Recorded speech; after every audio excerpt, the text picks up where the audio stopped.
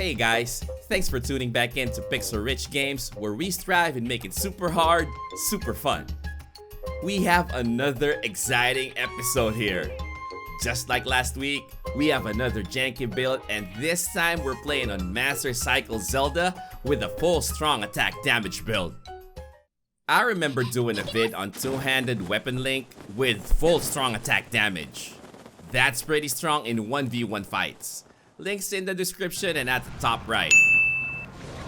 Comparing the two, Master Cycle Zelda feels more solid with a strong attack damage weapon for a couple of reasons. 1. We don't lose life on Zelda. 2. Our unique ability helps us gain attack speed.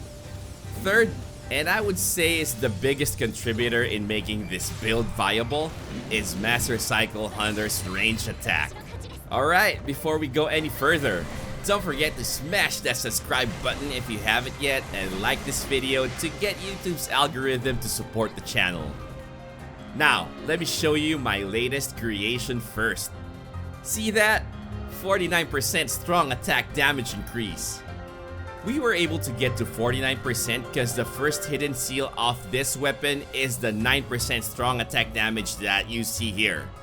So, if you also want to build this weapon, you only need 5 strong attack damage plus seals.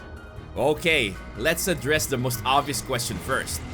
Is this build apocalyptic viable? It's actually more than just viable. This build is a lot stronger than what I had expected. This won't give you the fastest clears, and in terms of clear times, I'd say it's average.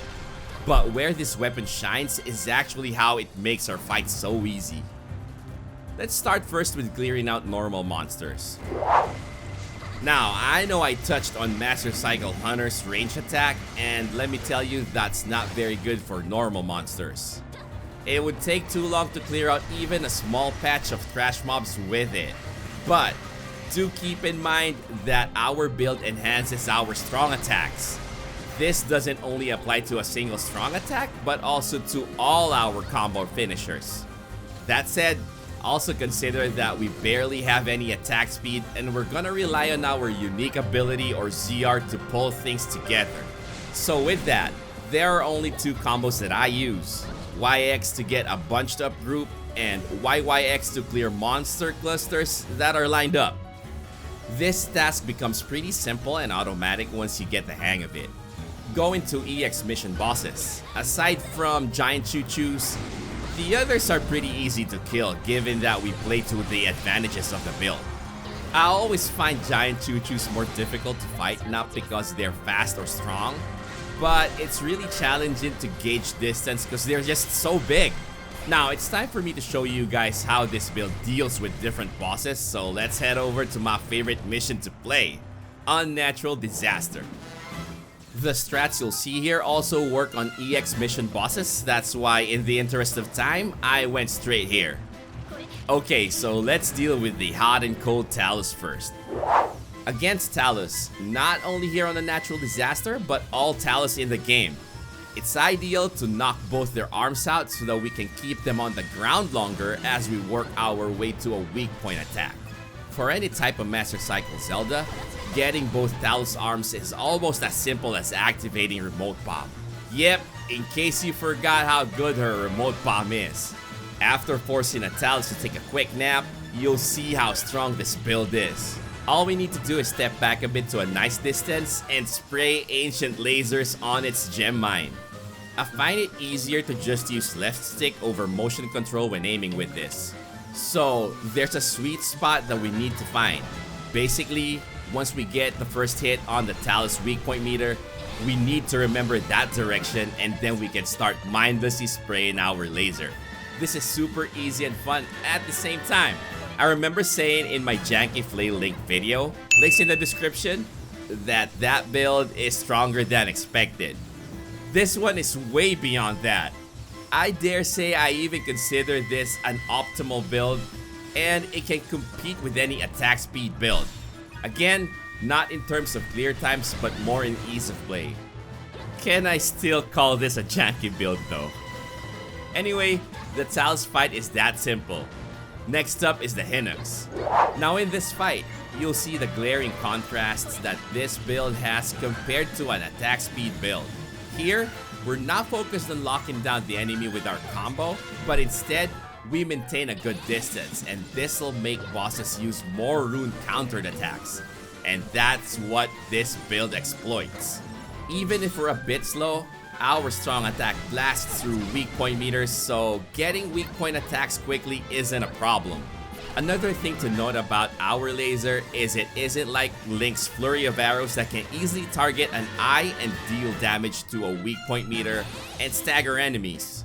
We don't have that luxury, so no matter how hard you aim, that won't happen.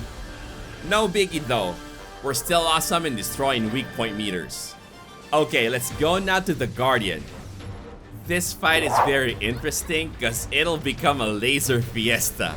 Given that we aren't fast enough to keep staggering the Guardian, so as much as I hate to admit it, I use CL to counter the Guardian's laser attacks.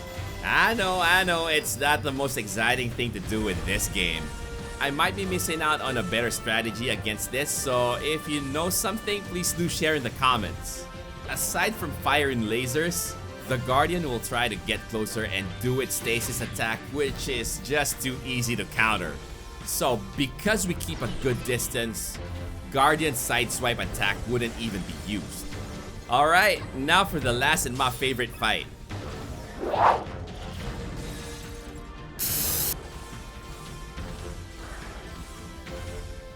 See that? We got a weak point attack in as easy as that. Again, not the fastest, but very effective.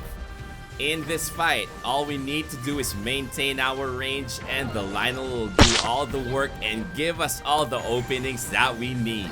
Every once in a while, we'll find ourselves too close to the Lionel and this will give it the chance to use either its double dash or its jumping spinning attack.